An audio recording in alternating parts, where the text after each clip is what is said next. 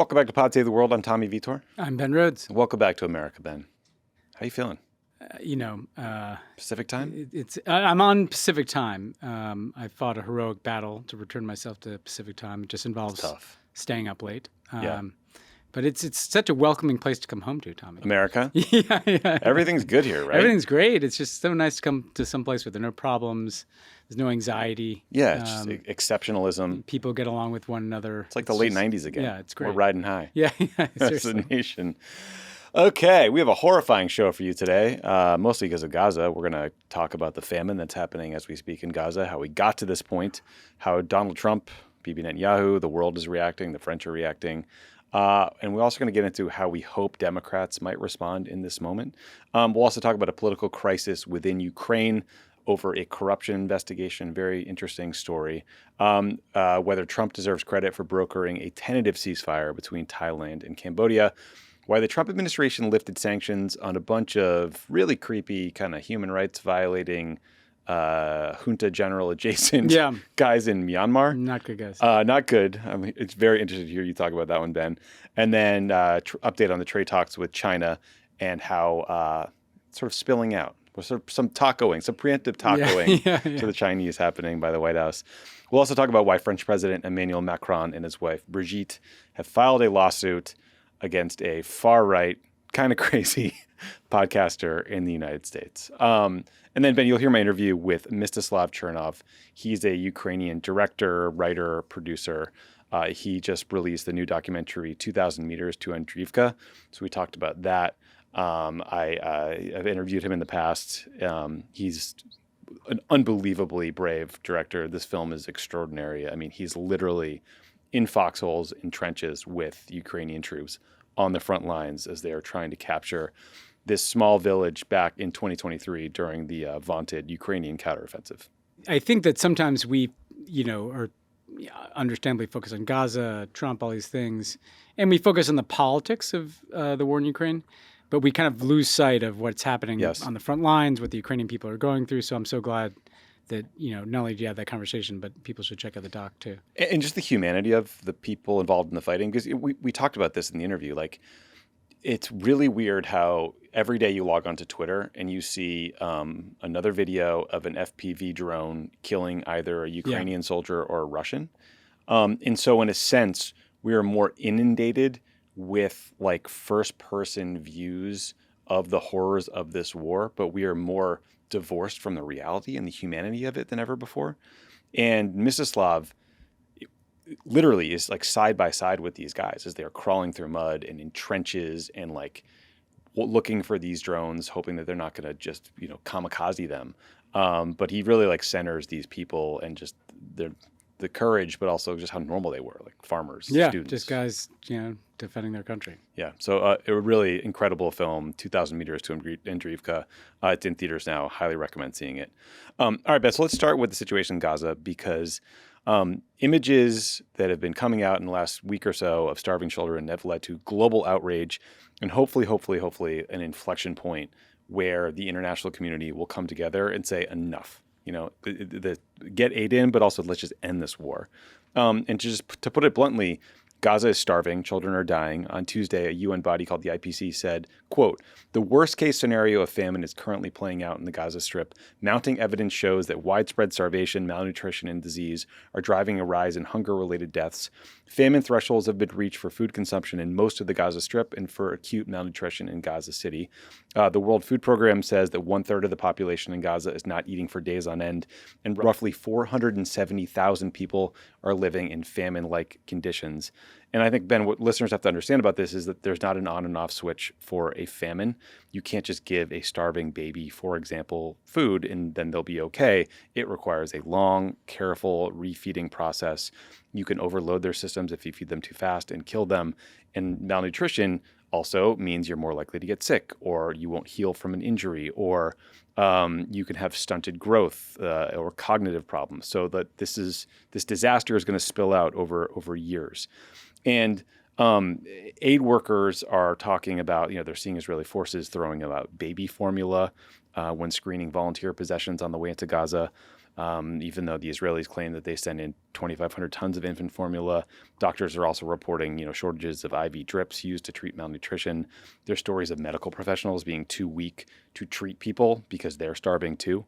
So it's horrific. And just to quickly backtrack on how we got here, Israel initiated a total blockade of food into Gaza between March and late May. Then they put in place this new U.S.-Israeli founded and run organization called the Gaza Humanitarian Foundation, or GHF, and they put that in charge of food distribution.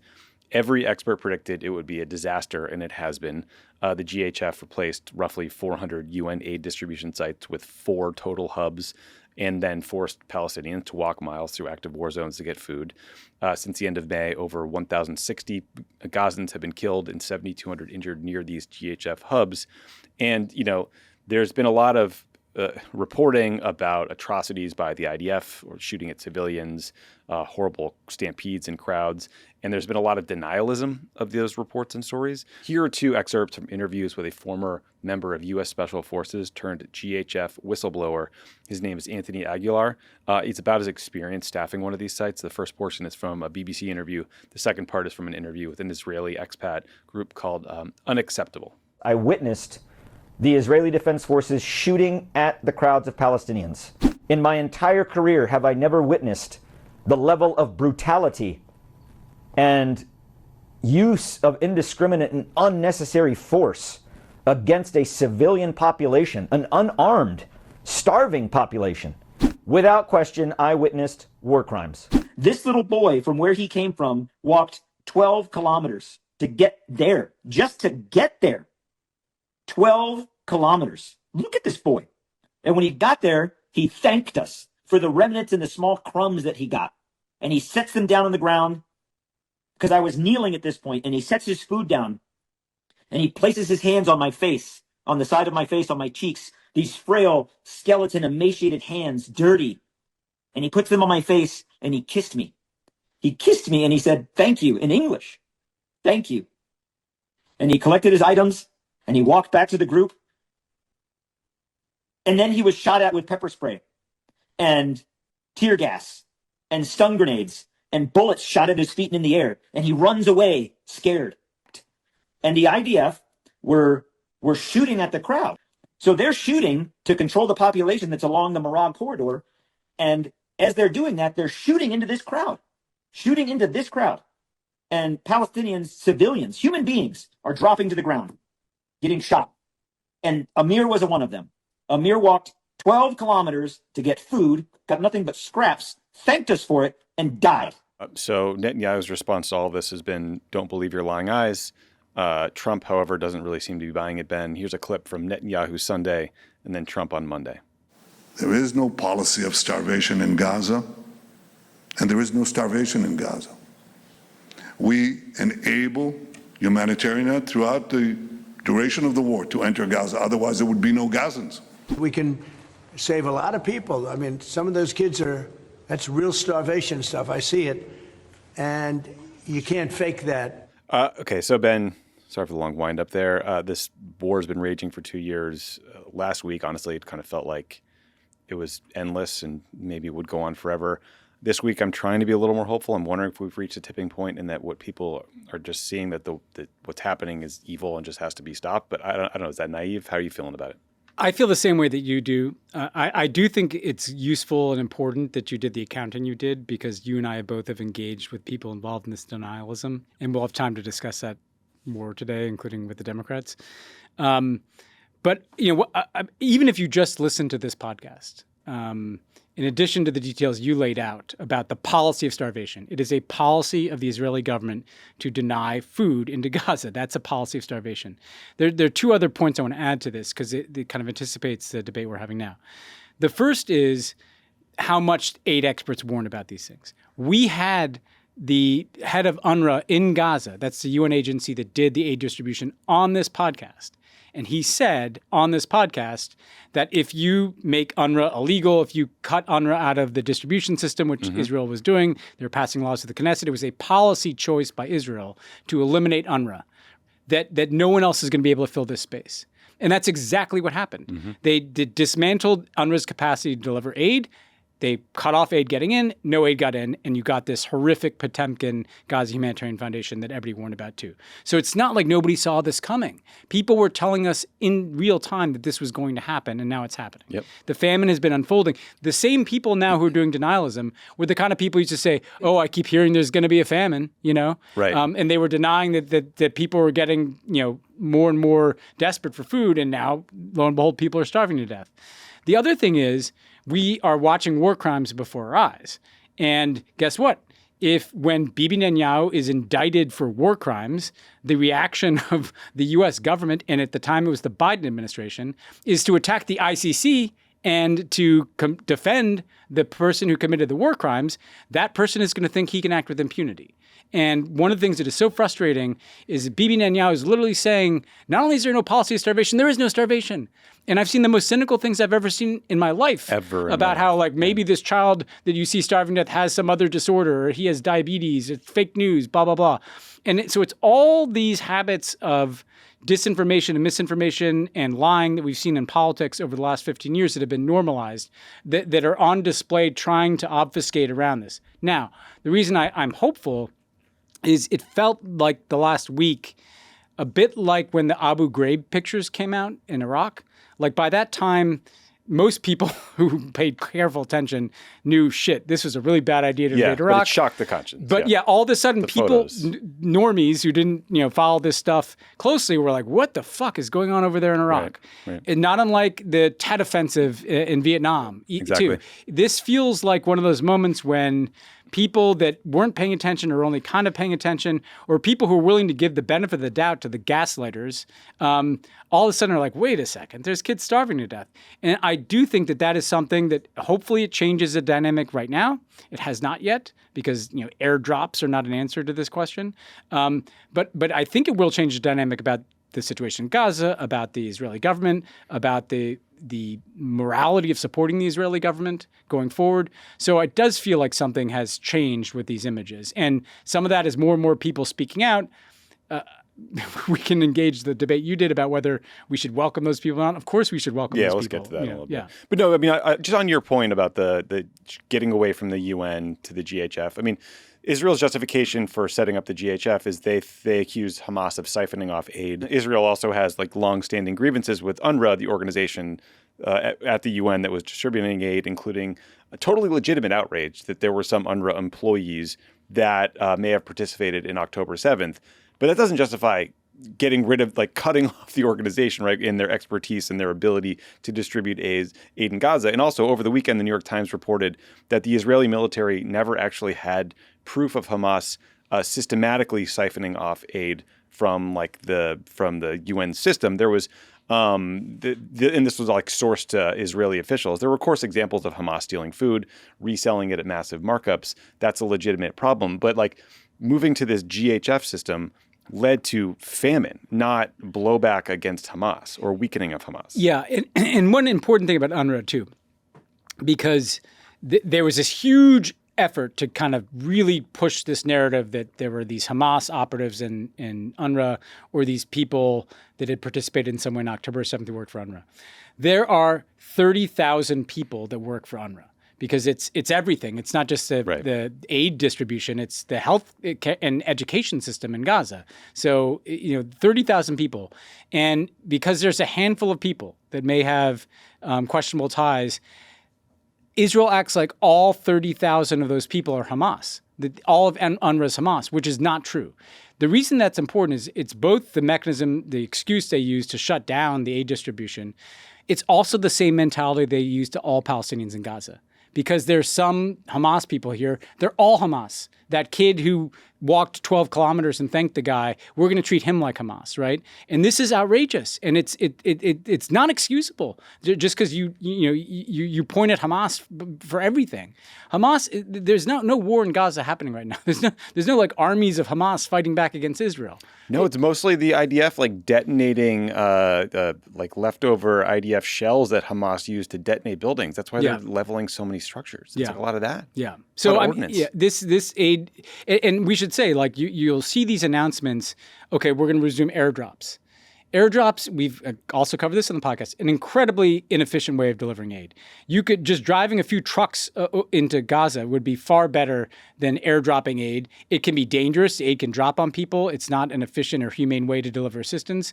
So you're seeing these Band-Aids being put on a problem. But as you said, famine cascades. You know, it's not just getting in some aid. It's you need to get everything in and set up healthcare infrastructure, or else thousands and thousands of people are going to die. Yeah. And so, you know, we've seen Israel kind of blame Hamas for the famine. They've also blamed the UN for it. They've sort of like taken journalists to look at pallets of food, and they've accused the UN of negligence and failing to get it distributed. But again, the routes to get aid into Gaza are assigned by the IDF. They're often impassable for trucks. You have to go through crowds or unsafe areas. The military, the IDF, has also turned down more than half of the UN's movement requests over the last 3 months. And these requests can take like 46 hours, up to 46 hours to be approved. And then a lot of the trucks that get in get overrun by crowds because there's no security. So I guess like to all the people that want to blame Hamas or blame the UN, I would just say like it's been 660 days of this war, right? Like Israel, they had an obligation to get a handle on how they were going to feed this population. They just could not let them starve to death. And like, it's just, they failed. It's either negligence or on purpose. I don't care. Like the impact is the same. Like kids are starving to death. Yeah. I mean, they've been warned repeatedly about this. Everybody, you know, put aside UNRWA, like the IRC, the International Rescue Committee, the Save the Children, Doctors Without Borders, you know, anybody in the UN system who works in aid has been warning that this was going to happen if you maintain these siege-like conditions around Gaza. And not only did they maintain them, after March, they actually made it worse. They cut off more things. They slowed the aid getting in even more. They stopped it. The other thing is, because I saw that basically the response of the Israeli government and their allies like AIPAC and the United States was to blame Hamas and to blame the UN. The UN was a new one for me, that somehow the UN is refusing to deliver aid when, in fact, you know, they've crippled the ability of the UN to do it through UNRWA.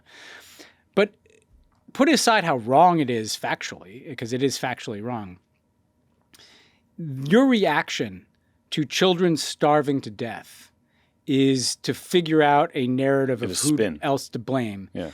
When you're spinning a genocide, when you're spinning starving kids to death, like you're in the wrong space, you know. Like your reaction should be, maybe you have a different way of getting the aid in. You know, maybe there's another. It shouldn't be, hey, people are really telling on themselves when they're showing pictures of UN trucks and saying, see, haha, it's the UN's fault, or when they're again trying to figure out that, you know, whether some kid who died of starvation had some other condition, right? That is what I think people who have not been paying attention, who are now paying attention, they're also seeing that spin. And they're like, whoa, wait a second. Yeah. Like, that might have worked like a year ago, but like that's not working anymore. Yeah, once you get the truck in. So we reached out to two voices, one in Gaza, one who had just been in Gaza, to just sort of get more testimonials from the ground. The first was a nutritionist in Gaza named Rana Soba. She is Med Global's lead nutritionist in Gaza. And this is what she told us about what she's seeing on the ground. What we are witnessing today is beyond imaginations. Children are so exhausting that they can no longer cry or express their feelings. They are simply drained. Mother come to us carrying their children, desperately seeking treatment or any kind of nutrition supplies, but sadly we have none to offer. In addition, the medical staff themselves are now completely exhausting and struggling to continue providing care due to fatigue and overwhelming pressure. Many children have progressed to severe acute malnutrition with complications. The symptoms have become more severe and evident, including extreme fatigue, exhausting, skin rash, and edema. We are seeing children whose bodies resemble skeletons, severely wasted, with extremely loss of weight and muscle mass, unable to move or respond. Some of them are too weak even to cry. The situation is beyond descriptions, and we are witnessing a truth health disaster. We also spoke with Sarma Tamimi, a plastic and reconstructive surgeon who was in Gaza with medical aid for Palestinians from the end of June to the end of July. He just got back last week. Here's what he told us he saw. I've seen quite extensive injuries, both related to the bombing on the tents as well as firing on the people seeking aid at GHF aid points. The kind of injuries that I was seeing was multiple musculoskeletal injuries involving the limbs. I was seeing burn patients related to bombing over the tents, especially the children and women who live in the tents. It was very commonplace to see patients with more than 10, 15, up to 40, 50% of burns in that area. I've seen people with severely malnutrition, ranging from the staff to the general public. I was in Gaza 6 months back, and I was seeing the same staff members that I've worked with them before who are half the weight that they used to be. So that's the situation on the ground. So again, what's so enraging about this, Ben, is you have all this denialism, spin, there is no famine in Gaza, and then you have action by the Israeli government, right? They're now implementing what are called humanitarian pauses, basically like mini ceasefires in 3 parts of Gaza between 10 a.m. and 8 p.m. to facilitate aid. The idea is also supposed to provide secure routes for convoys. And so on one level, like, sure, that is good, but it just, again, goes to show that Israel is in control of aid distribution and has been all along. And the reason Netanyahu took this step or was able to take this step is because the Knesset is out of session for 3 months. So the right-wing crazies in his coalition cannot topple his government. Remember, they only have 50 out of 120 seats in the Knesset currently because of losing some parties.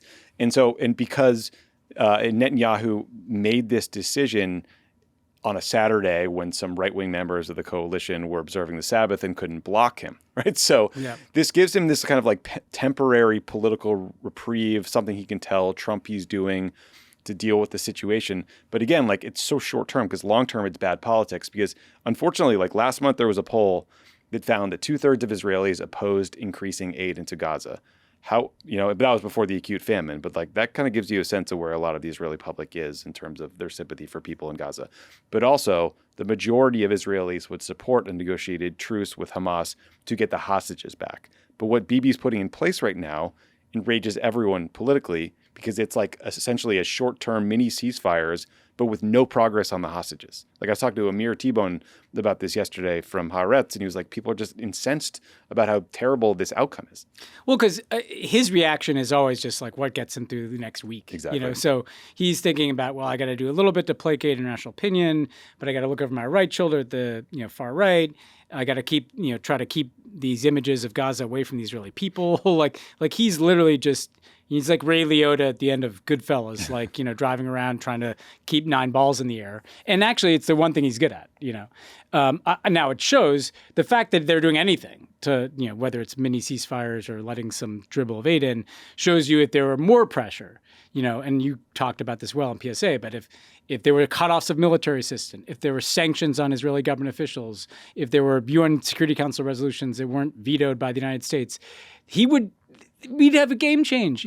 Every time that he does get squeezed a little bit, like, he opens the door a little bit to aid. And so it both demonstrates that Israel's in control, and it also demonstrates that there is leverage. It's just that nobody's used the leverage. We're all just kind of like bystanders to Israeli politics. Like, right. Oh, he's got his problems with the far right. I don't give a shit about your far right. I could give a shit about Smotrich, some genocidal maniac going on, and yelling at Bibi for capitulating on Gaza. And because what Bibi will end up doing is, now there's reports he's going to allow for, the beginning of the annexation of the Gaza Strip. He's going to issue an ultimatum, say, like, Hamas, you let the hostages go, or we're just going to fully annex the Gaza Strip. Yeah, we'll let aid in if you let us annex the territory and ethnically cleanse them. Like, no, this is all wrong. They keep moving the goalpost to explain away or rationalize that they have to do this horrible thing. And by the way, like, the broader context, like, the IDF is taking a lot of casualties. The casualty count is up to 898. Also, like, 2 well-known Israeli human rights organizations B'Tselem and Physicians for Human Rights have now concluded that what's happening in Gaza is a genocide. Imagine the politics and how hard it is for Israeli human rights organizations, even ones that are on the left who have been fierce Netanyahu critics. That's a pretty big step. So there's just this chorus of opposition. And also, Ben, there's just a big question of where Trump is on all of this. As you know, as listeners know, like I've been trying to sort of build relationships with kind of MAGA types. And I reached out to a bunch of them today. In recent days, I've had two people tell me that Trump is fed up with Netanyahu. One said that Trump knows Bibi's using him to get through a political crisis over the ultra-Orthodox and mandatory military service, being exempted from military service, and that Trump resents it. One, look, they might be telling me what I want to hear, but they're both in position to know. A third person told me that he had heard through, talking to folks at the White House that Trump is very mad about the idea of shelling of a church, the only church in the Gaza Strip still. And that I think that's been reported out. There's this call with Bibi and Trump and also about just the images of starvation. However, then I was talking to somebody else who said, this person had heard the same things about Trump being outraged at Netanyahu in March and April. But then, of course, Trump bombed Iran, which was the number one item on Netanyahu's wish list. So we don't know. Yeah, and I think that sometimes people misread Netanyahu because he looks thirsty for Trump's approval, right? So you can think that that's kind of an end that Netanyahu seeks. He doesn't give a shit about Trump's approval. He gives a shit about being able to do whatever he wants to do and stay in power in Israel. Right? Exactly. And so long as he can show that the spigot's still on, the military assistance still coming, I can still show up at the White House whenever I want and get a meeting with Trump. So long as that's the case, who cares if Trump calls him in private and yells at him? Who cares if Trump doesn't like him? Trump didn't like him. Biden didn't like him. Obama didn't like him. Clinton didn't like him. Nobody liked this guy. Everyone hates his guts. But he can say, even though they didn't like me, they all kind of kept the money and the military assistance flowing and used their veto at the Security Council. Netanyahu overtly says that. Yeah. Like, I can take care of these idiots back in Washington. What he's wink in Israel is always like, I'm playing these guys. It's not like these guys sincerely love me, right? And that's something that I think people miss. And I think the question for Trump, too, is that he is so short term on this thing that he doesn't realize, that he came in, he got a ceasefire, he thought he'd solve the problem. When that ceasefire was literally a phase one ceasefire. Like it didn't solve any problem. No. Everybody knew that this was going to blow up again. It blew up again. He wants to get starving kids off the front page because let's face it, he's not have empathy. He just doesn't like it, how it looks. Even if he does that, then what? I mean, he's the one who's planted the seeds for ethnically cleansing the Gaza Strip that Israeli politicians have jumped on. So I think people need to recalibrate, and this anticipates our conversation with the Democrats, how we think about Netanyahu. Our approval of him is not what he's been seeking. Yeah. What he's been seeking is his ability to stay in power and do what he wants to do. That's exactly right. He doesn't give a shit about what we think or say or want. Okay, we're going to take a quick break. But before we do, Ben, we got some really exciting news to share. Folks here at Crooked Media and Vote Save America, we're hosting a con. Oh, I heard about the con. Crooked Con. Yeah. Crooked Con is the chance to join America's smartest organizers and least annoying politicians to strategize, debate, commiserate about where we go from here. Hopefully up. Not a lot There's down. nowhere else to go, man. See that Wall Street Journal poll? What do we got? 35%? We'll be in Washington, D.C., November 6th and 7th. It's going to be amazing. There's going to be a Pod Save America live at the Warner Theater on Thursday, November 6th. Then Friday, that's when Crooked Con starts. Friday, November 7th, we'll be at the Wharf, joined by some of the most influential names in politics for a full day of conversations, workshops, live podcasts, and much more as we figure out how to build the biggest pro-democracy movement we need to defeat rising authoritarianism before, maybe after it's too late. Ben, I know we've been out to your people about hoping you're. Oh, really? You can Am I invited to the con? Of course. All right. There's no con without you. Let's. You're my con man. Plan the cons. That's bad phrasing. Con Air. Yeah. Oh, we should Con Air. charter a plane. That's good for all the cons. Yeah. No, this will be very fun. We're going to try to get together lots of the smartest, most thoughtful people in the Democratic Party. We're going to be really exciting. Yeah. There will definitely be some World content. There'll be lots of really smart, thoughtful people doing interesting panels about things you're going to care about, hopefully some newsmakers. If you want more information, go to, how about this website, crookedcon.com. crookedcon.com. Crookedcon.com. Say it fast 10 times. That's crookedcon.com. And we have a discount code that you can use to buy your November 7th ticket early. It's Freedom and Content. That's it. All one word, all caps. Freedom and Content. Discount tickets are limited, so act fast. crookedcon.com. Pod Save the World is brought to you by American Giant. John, you heard about these tariffs? Oh, have I ever? Prices are going up and up. And then we got a crazy man in charge of this country, so we never know when it's going to end. Where can I get some clothes that are actually affordable? American Giant, because you know what? Globalized fast fashion, they've complicated the clothing production by sourcing inexpensive component parts all around the world and asking whoever can assemble them the cheapest. Consequently, customers are now facing increased prices. American Giant is about keeping things simple, keeping things close to home. They are not affected by tariffs because their products never left the U.S. of A. Buying from American Giant supports American manufacturers. I got some great American Giant stuff. I got a super comfortable sweatshirt. That's kind of their like OG product. And their t-shirts are T-shirts really are great. comfy. The sweatpants are great. Don't sleep on the sweatpants. Everything's just nice and well done. And I'll I probably washed it 20 times now and it's held up perfectly. It's not like that fast fashion crap that just disintegrates in the washing machine. Maybe these tariffs are a good idea after all. Yeah.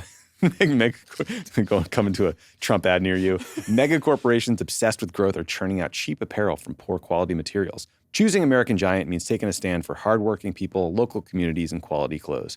Through American ingenuity and innovation, they went against the current to do better. They believe in a new kind of conscious buying because small changes can add up to something big. It all started with the greatest hoodie ever made, then came jeans, t-shirts, and much, much more. Support American-made, tariff-free clothing at American Giant. Get 20% off your first order when you use promo code WORLD at american-giant.com. That's 20% off when you use code WORLD at american-giant.com. Pod Save the World is brought to you by Rocket Money. Everybody knows there are things they can do to reduce monthly costs and improve their finances. But who has time to go through all their expenses and decide what to trim? With Rocket Money, crunching the numbers for you, leveling up your money game gets way easier. Rocket Money is a personal finance app that helps find and cancel your unwanted subscriptions, monitors your spending, and helps lower your bills so you can grow your savings. Rocket Money shows you all your expenses in one place, including subscriptions you forgot about. If you see a subscription you no longer want, Rocket Money will help you cancel it. Their dashboard lays out your total financial picture, including bill due dates and paydays, in a way that's easier to digest. You can even automatically create custom budgets based on your past spending. Get alerts if your bills increase in price, if there's unusual activity on your accounts, if you're close to going over budget, even when you're doing a good job. Rocket Money's 5 million members have saved a total of $500 million in canceled subscriptions, with members saving up to $740 a year when they use all of the app's premium features. I use Rocket Money. They found a streaming service that I will not name that was like UK-based that Hannah and I signed up for to watch like 4 episodes of something during the pandemic, and we just completely forgot about it. It was charging us every month forever. That's just... I have so many like that. I don't even know. Rocket Money, baby. Cancel your unwanted subscriptions and reach your financial goals faster with Rocket Money. Go to rocketmoney.com/world. Go today. That's rocketmoney.com/world. rocketmoney.com/world. Okay, let's talk about the Democrats. So it does... Look, more Democrats are starting to wake up, or at least publicly talk about how horrific the situation is. There was 21 Democratic senators wrote a letter to Marco Rubio urging the U.S. to stop funding the GHF, and also some demands about more information about how it's being run. 44 Senate Democrats sent Rubio another letter calling for more aid into Gaza. I know I roll my eyes at a letter too, but it's a show of public concern and opposition. Angus King, the independent senator from Maine who caucuses with the Democrats, put out a statement on Monday saying, "I cannot defend the indefensible. Israel's actions and the conduct of the war in Gaza, especially its failure to address the unimaginable humanitarian crisis now unfolding, is an affront to human decency.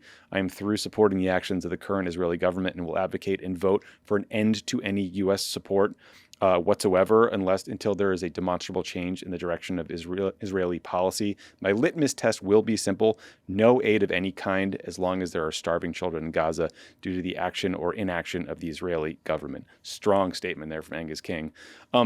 So look, there's more letters, there's more statements. We're not going to go through them all because, again, words without actions are bullshit. But Ben, I kind of ran through my wish list on Pod Save America yesterday that I'd like to see Democrats do, just to quickly summarize it, like cut off military assistance to Israel, sanction Israeli government officials, who are using genocidal rhetoric or pushing for ethnic cleansing, support a ceasefire resolution at the UN, demand that the international press be allowed into the Gaza Strip. We'll talk about recognizing the Palestinian state at the United Nations in a minute. And then, you and I have been talking about this on the show, but like there just does have to be more of an understanding and recognition in the Democratic Party that there has been a sea change in terms of voter sentiment, and the party, the elected officials need to catch up. And in particular, like rank and file people know that Bibi Netanyahu is a bad actor. He's not a good partner. It's not someone that they want to support or prop up politically with military support or diplomatic support. Harry Enton, the polling director at CNN, ran through some Gallup polling on CNN the other day and found that in the U.S., Netanyahu's approval rating went from plus 13 points in 2019 to 23 points underwater in July of 2025. For people under 35, Ben, Netanyahu is 53 points underwater. The net approval of Israel... Wait, is that before or after the Nelk boys interview? Sorry, I'm trying to lighten things up a little bit. I'm sorry. That was a game-changing Nelk. By the way, I saw one of the Nelk boys did another video of himself. Yeah. He's like driving his car. He said not only was the interview set up by the White House, but they gave him a list of questions. Well, there you go. That just shows you Trump may be mad at Netanyahu, but there's still booking infrastructure. Yeah. But so net approval of Israel's the military action in Gaza has gone from plus 5 points in November 2023 to 28 points underwater. Under the age of 35, it's a negative 73 net approval. Americans who sympathize with Israel over the Palestinians have gone from plus 48 in October to just plus 5 today. So look, again, the voters have moved. The politicians have not. What's your full list of like what you want to see Democrats doing here? I share your list. And you and I talked about it before I read through it. but so then I'll just like focus in on it. And there's a politics piece to this, and then there's a kind of basic morality and decency thing. Let's start with the politics. The opening, because there are moral reasons, and we've talked about them, and I'll get back to them. But the opening here is clear. Number one, your own voters don't like this, and you're out of step with your own voters by supporting Netanyahu. And you are supporting Netanyahu. Just because you criticize him, if you're voting to give him military assistance, you're supporting him. But also, Democrats are constantly wondering two things, right? Two questions have dominated the discourse on Democrats since the election. One is, how do we reach some of the Trump people? The Trump people are raising their hand, and Trump adjacent people like Theo Von type people, Rogan audience, Joe Rogan type people, for sure. People that aren't MAGA, but they're kind of like in, swimming in the pools and they go back and forth. These people are saying out loud, telling us, this is fucked up. We don't like this. If you want to reach new audiences, why don't you talk to them about the thing where Trump was full of shit, which is on this issue where he said he'd end this war. The other thing is Democrats have a problem being seen as authentic, being seen as people who have authenticity, people who will fight for you. Well, if I'm a young person and I see a bunch of Democratic politicians talking about how worried they are about famine in Gaza, talking about how terrible Bibi Netanyahu is, and then they see some of those same Democratic senators literally posing for a photograph with Bibi Netanyahu, like a few weeks ago when he was in Washington, Outrageous. Puffing out their chest. Like, then you're going to think the whole party's full of shit. Yep. By the way, and so this is one where I can't even isolate it to those senators, and you can go look for yourself where they were. It includes some people that usually have pretty strong language about values and stuff. But it's not just their problem, it's all of our problem too, because they make the entire party look like we're completely full of shit. Yeah. So you could be forgiven if you're Theo Von, or let's say you're suddenly getting Democrat curious because you're disappointed in Trump because of the Epstein files, because of the bombing of Iran, and because of what's happening in Gaza.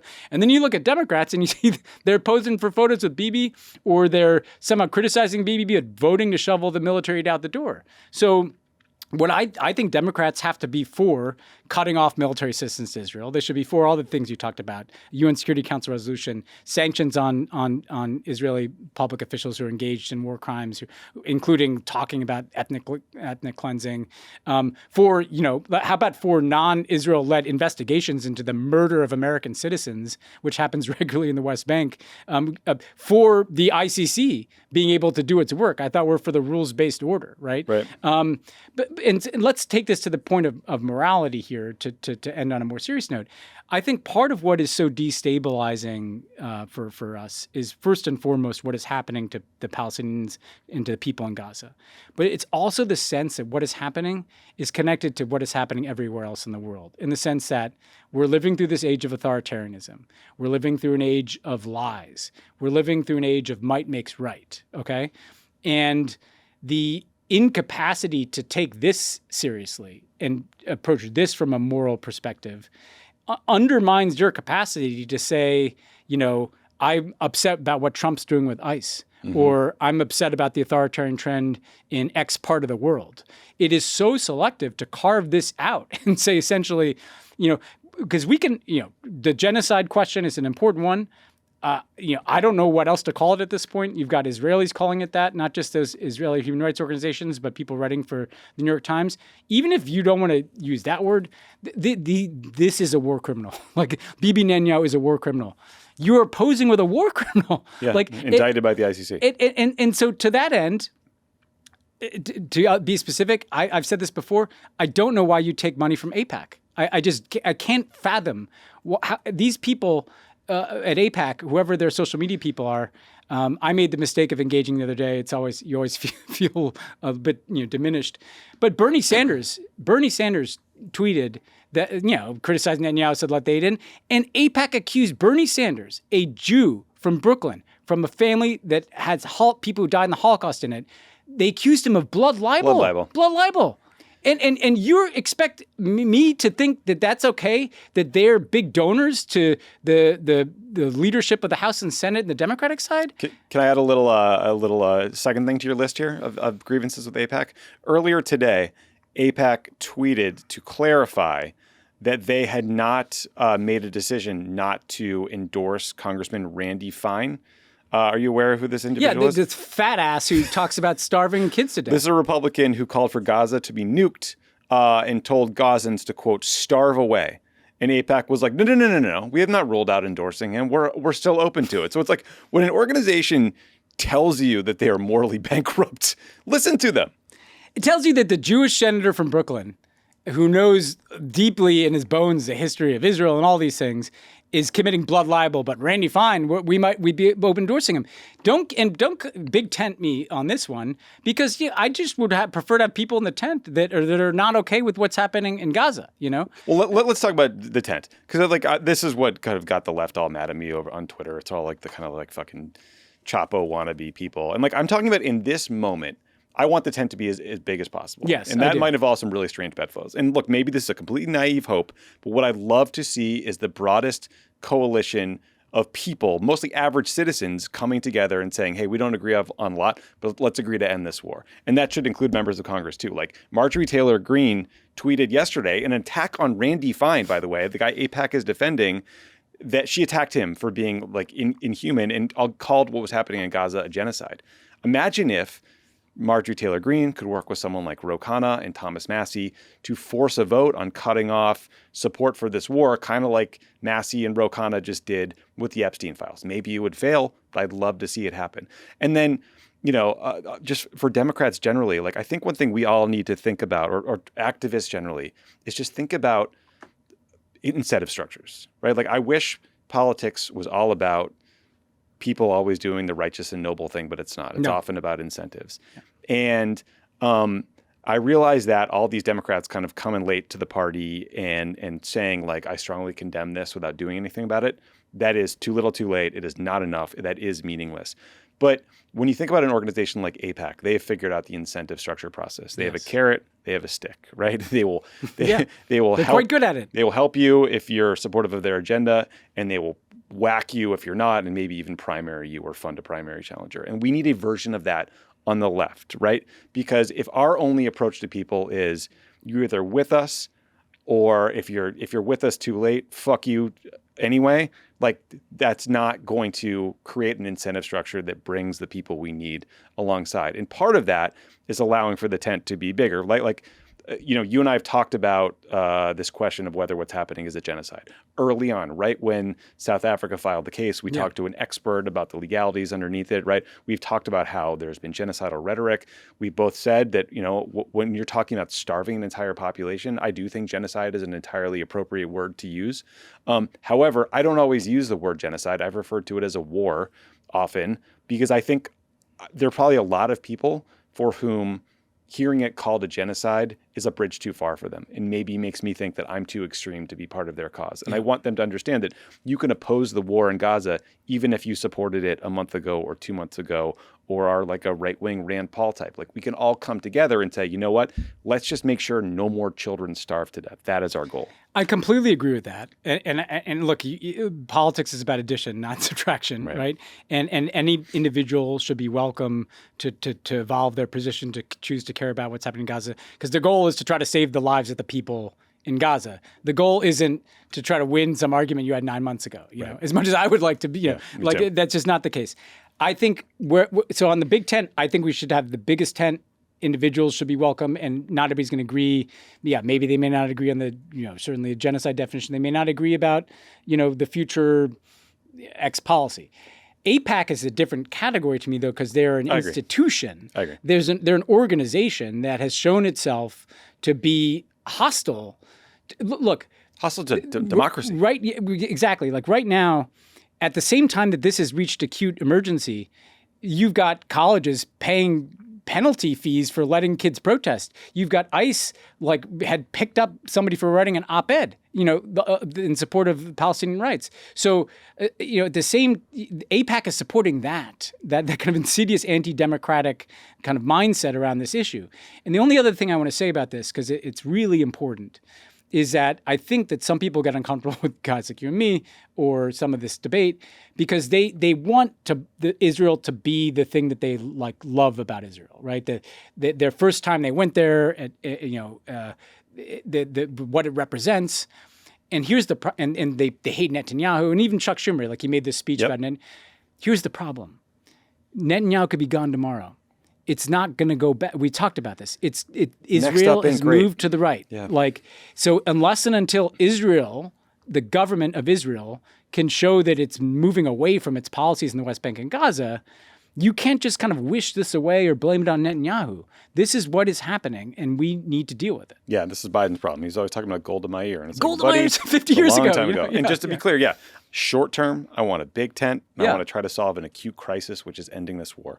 Long term, if you want to primary a bunch of people who took bad positions on this war for too long, have at it. Yeah. I might support you in that effort. I'm just talking about now. Should 2028 Democratic presidential candidates appear at AIPAC? Absolutely not. No. And they shouldn't get a pass to do it just because it's hard for them not to do it. And you and I ran around, 2019 with J Street trying to get everyone to say that they would condition assistance. If it was used to annex the West Bank. Imagine, look how far we've come from that. Yeah, seriously. Remember Amy Klobuchar looked at us like we had two heads? Yeah, Pete looked like he didn't want to be there. Yeah, and only Bernie was pumped to talk to us. Bernie stood up and was fired up about it. It was fucking great. Last sort of piece on this, Ben, is just the international reaction because French President Emmanuel Macron announced that France will formally recognize Palestine as a state at the United Nations in September. France is going to be the first G7 country to take this step and one of a number of European countries that have done so recently. You got Spain, Norway, Ireland's been there for a while. I think there's 147 countries that recognize Palestine, including Russia and China, I believe, on the Security Council.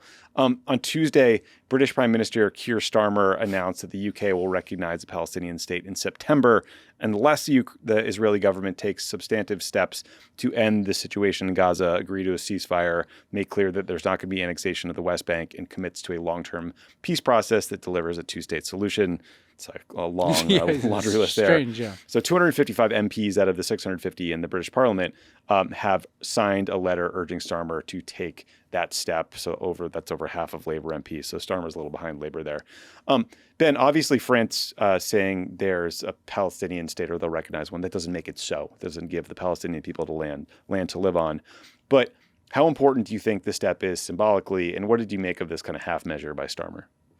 I think it's important to just because look again, whatever your views are of the use of the word genocide, at a minimum, there's discussion of ethnically cleansing Gaza. There's discussion of annexing the West Bank. The Knesset is passing resolutions about annexing the West Bank. So there's an erasure happening of the possibility of Palestinian statehood. And Bibi himself says he'll never let that happen. Yep. So part of the reason to recognize Palestine is just to lay it on a marker that we're not going to let that erasure happen. And I think that's a useful thing. Yeah. It doesn't solve the problem, doesn't solve the question of borders or who's going to run the Palestinian state. But I think it's reasonably important in that regard. I think the UK step was a little peculiar to me because it shouldn't be seen as like punitive to Israel to recognize a Palestinian state. It should be seen as like, hey, so you're telling me that if now, first of all, I don't think Israel will meet those conditions, because they're still not going to commit to some long-term, process that leads to a Palestinian state. So he may be doing it to kind of give them one last chance, and there's an inevitability of recognition. But I just don't think it should be framed as like, if you were, if things were slightly better in Gaza, we wouldn't be doing this.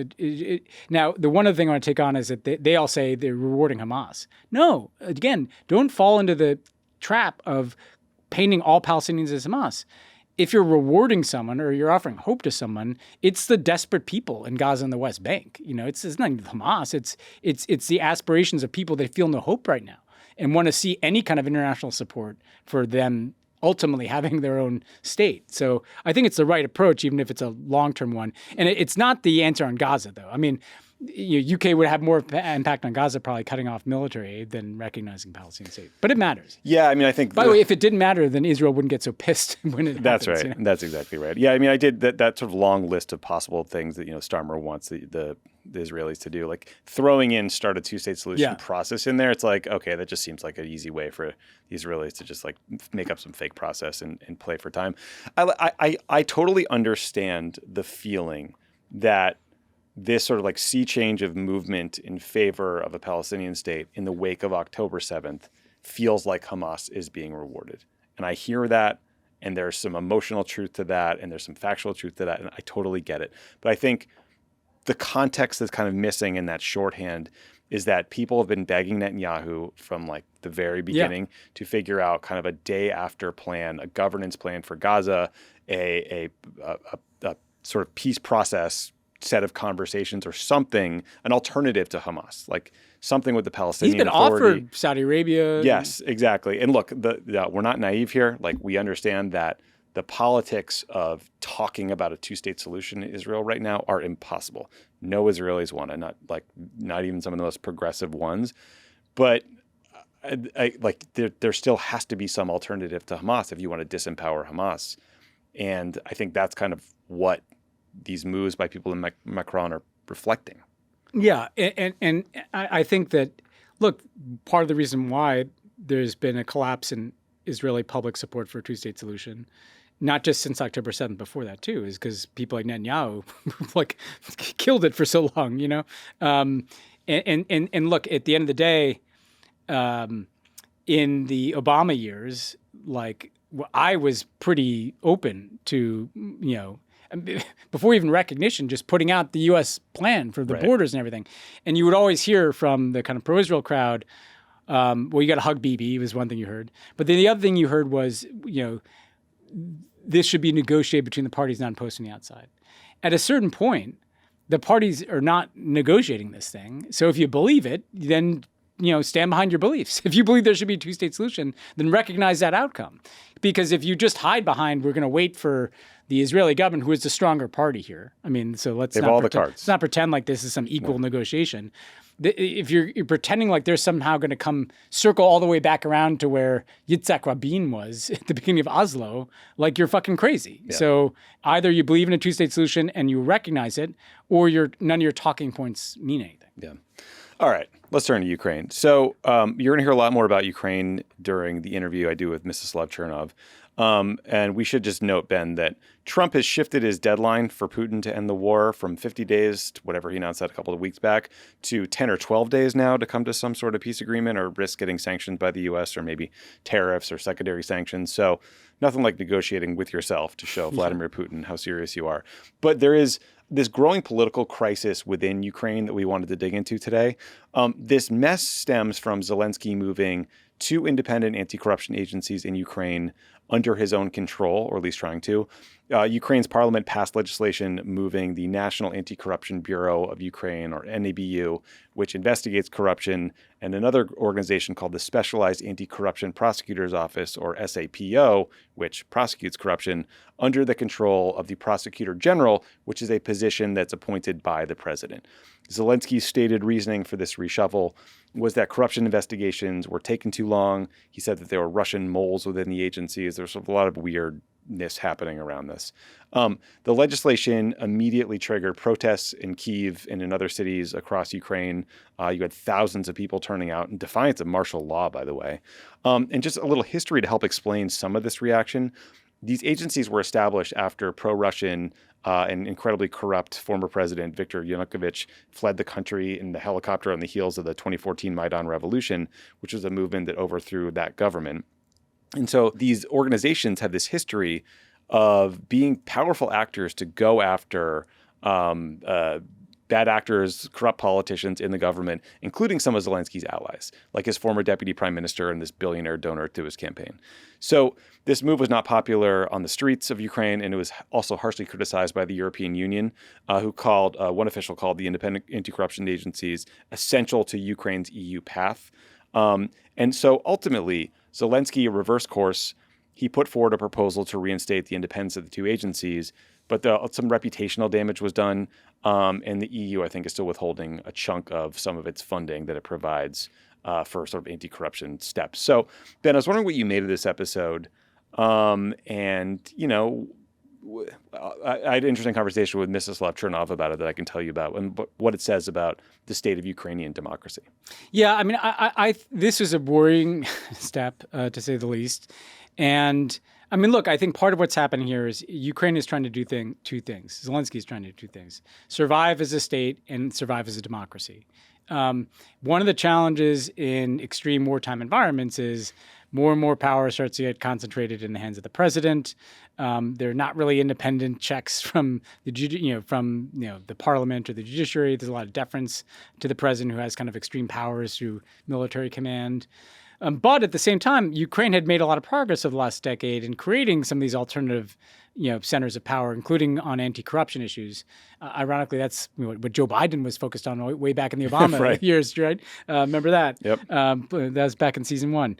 But here it seems like Zelensky was getting annoyed for some reason. Maybe, they were getting too close to some people, or it just feels like everybody else who's lecturing me, whether it's Trump or Putin, they get to be strong men. Like it felt a little bit like, you know what, I'm just going to try to, consolidate some things and consolidate some power.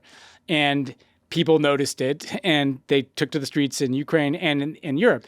Now, the difficult thing for Zelensky is he's sitting there and saying, that's all well and good, but you won't let me into the EU. I got to deal with Trump.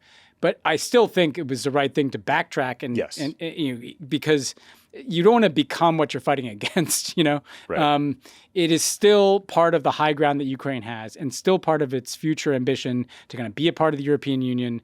If they're going to lose territory, what they're going to gain is a better governmental system, better alliances, better integration with Europe, and don't put that at risk. Just because, you kind of feel like you got to outstrongmen the strongmen. Yeah, I mean, I don't know what Zelensky's motivation was either. The process for how they did this was super rushed and shady. It's interesting. You'll hear. I'll let Mstyslav explain it in his own voice in the interview. But he was telling me how what was amazing about these protests is it was really primarily young people who were there. Who were formative. They were kind of pre-Maidan or weren't alive for it or around for it. And he told me that he would then sort of check back in with some of the soldiers he'd followed who were well aware of what was happening. And they were saying things like, this is what we're fighting for. Yes, yeah, that's great. Which is pretty inspiring. Yeah, that is inspiring. And it's a reminder that this all started in the Maidan in its own way. Yeah. All right, let's turn to Thailand and Cambodia. We've talked about this, the conflict between these 2 countries a few times recently. So the leaders of Thailand and Cambodia agreed to a ceasefire starting Monday after this simmering border dispute between the 2 countries had turned into an all-out conflict last week that included rocket fire and airstrikes and had killed at least 38 people. So both sides, accused the other side of starting the fighting. And on Tuesday, military commanders from both nations met at the disputed border and kind of gave their support for the ceasefire, at least for now, although there's some reporting that fighting is continuing in some of these disputed territorial regions. So the dispute is over a bunch of stuff. There's colonial era maps that are poorly drawn between the two countries. There's a dispute over which nation controls a couple of ancient temples. There's good old-fashioned toxic nationalism kind of at play at all of this. The ceasefire talks themselves were held in Malaysia. There were representatives from the Malaysian government, China, and the U.S. in attendance. Trump is taking credit for this ceasefire and really all ceasefires being held right now. It's crazy, man. I had an argument with Hannah earlier. Trump took credit for ending it. He said he wouldn't cut trade deals with either Thailand or Cambodia until the two sides reach a ceasefire, and then they reach one, and they said that's why it got done. I don't know. What do you think, Ben? Like, it is sort of an interesting use of leverage. I feel like he often knows like two sides are going to get to a deal, so he makes an announcement. I so don't he can think get in front of it. But what did you make of this? First of all, this rabbit hole, props to Michael, our producer, because I've stayed in the rabbit hole. Add to your list that there was grievances from Thailand about these scams coming from Cambodia, like kind of rip-off scams. Yes. Yeah, click on this link. There was an amazing New Yorker story about that, I think. No, it's a huge industry in a couple places. But anyway, put that aside. There were a lot of reasons why this thing kind of flared up. I think when it flared up, it also served the political interest on either side a little bit. Thai military wanted to flex a bit, that like they don't, they got to embarrass the prime minister. Cambodia has their own autocratic clique that likes to gin people up on nationalism. So everybody kind of got ginned up around a border dispute, but it's not like they were going to fight some all-out. This thing was going to de-escalate, right? I mean, so One first would of hope, all, yeah. I mean, the Cambodian military is a third the size of Thailand's, Yeah. and they don't have the heavy weaponry, so Yeah. they would have been fucked. they would have been pretty fucked in this thing.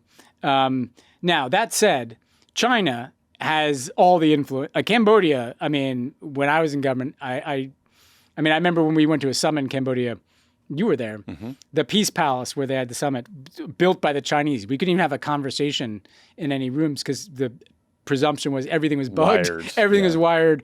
Like, the people that have leverage in Cambodia are the Chinese, first of all. And increasingly, they've had leverage in Thailand, despite it being a traditional U.S. ally. So I think you're right. I think Trump, this thing is going to end. It's going to peter out. They're not going to fight a war over it. The Chinese are probably leaning on them. And then Trump comes in and says, like, I'll tariff you if you don't, No, Trump did not broker some ceasefire here. And by the way, I worry about, sure, tariffs, that's one more tool. But like, if we're just going to start threatening tariffs over every single thing that every country does, I think it's not as sustainable. We're about to talk about China, actually. It's a good segue into the fact that if you start linking tariffs to every other foreign policy issue, you create potentially some vulnerability for yourself. You want to do Myanmar first or China first? Oh, we can do Myanmar first. Yeah, I know that's close to your home. Yeah, this is the Ben's heart section. Okay, so weird developments coming out of the Trump administration when it comes to Myanmar. So last week, the Trump administration lifted sanctions on a bunch of guys who are allies with the generals currently running Myanmar. And of course, these generals are running Myanmar because they staged a coup back in 2021 where they overthrew a democratically elected government. They're also now fighting a brutal civil war against these rebel groups, and the rebel groups have been winning a lot. Yeah. So it's a very tense situation. The weird backstory in the sanction piece, though, started. So Trump sends out all those tariff letters. I forget what day that was, or Liberation Day. Yeah, you don't mark it. You don't celebrate in your household. That's right. A top general in Myanmar responds to the letter by praising Trump, but also calling for the easing of sanctions, which surprisingly then happens. And the question is why? One reason could be that Myanmar has a big supply of rare earth metals, which are increasingly important because they're used in cell phones, military equipment, electronics, like literally everything. The Trump administration has spent an inordinate amount of time trying to gain access to rare earths. That they talked about invading Greenland. It's like the DRC, the Congo peace agreement, in air quotes, was about access to rare earths. Ukraine, he forced them to sign the minerals deal. So it's been a big focus. And the challenge is that China dominates the rare earths industry and has massive leverage over us. More about that when we get to the China section. But again, though, a lot of the rare earths, I think all of the rare earth mine in Myanmar flow to China for processing. So there's still this choke point, which I don't know how we're going to get around. But anyway, but here's the catch, Ben. A lot of the areas controlled by with these rare earths there are controlled by rebel groups, not the junta. So, I mean, I guess the long game, right? If you're Trump, is like you befriend the military junta, you give them weapons, they kill off the rebel groups, and then you take access to these things. But I don't know, what the hell do you think was going on here? I think what's going on is what you said, which is essentially these people are obsessed with rare earths. Trump couldn't even name what they are. No. Weirdly, a lot of them have to do with clean energy transition too, which he couldn't be bothered to care about. But it's clear in his head. And yes, on paper, and this is an important point, on paper, Myanmar is a resource-rich country that could be like a good alternative for these materials. And so I think maybe the Tatmadaw, the Burmese military, some of the goons around them, they're these kind of oligarchs who are connected. They get a message back to Trump, like, well, we'll sign some deals, and we want to end the war. Guess who wants to end the war? The guys in charge? The military that had a coup, put Aung San Suu Kyi in prison, is now fighting this multifaceted civil war. Here's the problem with it is they don't control vast swaths of this land because it's multifaceted. There are ethnic armed groups that have been fighting a civil war against the government for literally 50 years, right? The Kachin, the Shan, the Karen, like you can go Google this. Those people aren't going to lay down their weapons to make a deal with Trump. No. Then there are the democracy forces, the government in exile people that are also fighting too. And so the only way you're going to solve that problem is through a negotiated end to that civil war. But these people aren't going to lay down their weapons for a Trump trade deal with the generals. Quite the opposite, actually. And they're willing to fight through that. The other thing I'd say is that the generals are always going to be more dependent on the Chinese than the U.S. So whatever deal you cut, I mean, the Chinese are they've been their lifeline since the coup and before the coup. And they're also involved in all this trade in jade and rubies. And so this is talk about a rabbit hole. This is one where Trump is not going to be finding the rare earth materials there. He may not give a shit, and so he's lifting sanctions, but this is not going to be a part of some reverse Belt Road initiative. No, this is not going to work out. Okay, well, let's go to China then. So, Trump has been he talks about trade a lot. I don't know that he's been focused on it. He's been talking about it a lot. In the last few days, they've announced quote unquote trade deals with the European Union and Japan. It turns out the more you dig into these deals, they are not trade agreements. They're just framework agreements with none of the details ironed out. And you'll also be shocked to learn, dear listener, that a lot of what Trump's team has been selling to the media is just completely made up. Yeah. We can get into that in a bit. But it's still the main event of this trade process is still whatever deal the U.S. cuts with China, just in terms of the scale and the impact. So remember, Trump first announced a 10% tariff on China. Then in April, there was this series of tit for tat announcements and tariff rates where I think it got up to 145%, kind of depending on how you did the math and whether they all were stacked on top of each other or not. So it's insane tariffs. Then the markets freaked out. So we paused for 90 days. They extended the pause again, which gets us to today. So on Tuesday, the U.S. and China had their latest round of trade deal talks in Stockholm. No breakthroughs were reported, but it does sound like everyone is just very excited to taco again and punt the tariff implementation for another period of however long. There has been a lot of speculation, Ben, that Trump is kind of really horny for a deal with Chinese President Xi Jinping. Now, of course, he's denying it. He's claiming he's not seeking a meeting and that he would only go to China if invited because he could not sound thirstier and more like some loser middle school kid trying to get invited to a party. But what we're also seeing, Ben, are these kind of drips of reporting on all the ways the administration is going soft on China as they try to get a deal and as they try to get this meeting with Xi Jinping. So several news outlets reported on how the U.S. has frozen its restrictions on technology exports to China, especially AI chips, to avoid pissing them off. And now we're learning that the president of Taiwan, Lai Ching-te, had to cancel an August trip to several Latin American countries because the Trump administration wouldn't let him fly through the United States. As the Taiwanese presidents always do, they fly to New York, go to I think he's going to go to Paraguay, Guatemala, Belize. There were countries that still recognize Taiwan. Yes, and then fly home through Dallas and go to Taiwan. But the Chinese object to the visit, and so it looks like the Trump administration put a kibosh on it. Now, Trump's people, the Taiwanese foreign ministry, they deny it, but I don't believe it. Nobody believes it. Yeah. So Ben, I think you and I have talked a million times on the show that we'd long assumed that Trump would sell out Taiwan or any other kind of human rights consideration for a trade deal. I was a little surprised that he would allow NVIDIA to export some pretty powerful AI chip to China. What did you make of this, what we've seen out there? So this is Trump negotiating with the Chinese is a bit like him negotiating with Putin, where, I mean, first of all, we'll come back to the Europe thing because you're right. I don't trust these terms until I read about them. But the Europeans did. It's not that I don't know how much they folded or not, but they definitely didn't stand up to Trump, right? The Russians and the Chinese do because they don't give a fuck, right? And so just as Russia pocketed things like Crimea recognition and recognition of these annexed territories before they even started thinking about discussing what concessions they might make, and they haven't made any, the Chinese have pocketed like two of the biggest geopolitical questions in the U.S.-China relationship. One is U.S. support for Taiwan. Thus far, the U.S., these may seem like small things, but they kind of canceled some defense dialogue with the Taiwanese, and they didn't allow this transit visa, which is kind of standard operating procedure. That is huge messaging to the Chinese that, we will trade away our support for Taiwan. Even if you think that might be a wise thing to do, which I don't, I think bringing it into a trade negotiation is terrible. No, we will deal with this separately. Like, this is where you shouldn't be mixing and matching. And we shouldn't be trading market access for our soybeans for China taking over Taiwan potentially. And one of the risks is if you start making the DPP-led government, that's the more pro-independence party that is in charge in Taiwan, you might actually have the opposite effect if you want. They might feel like we have to move towards independence, because we feel insecure. So that's not wise. And then secondly, the NVIDIA chips, allowing, basically starting to dismantle the export controls on some of the sensitive technologies going in China in ways that will allow them to potentially, not just win the AI race, whatever you want to call it, but, turbocharge their AI industry so they can proliferate. They can be the AI provider to Southeast Asia, to Latin America, to Africa, right? In the same way that they were with Huawei.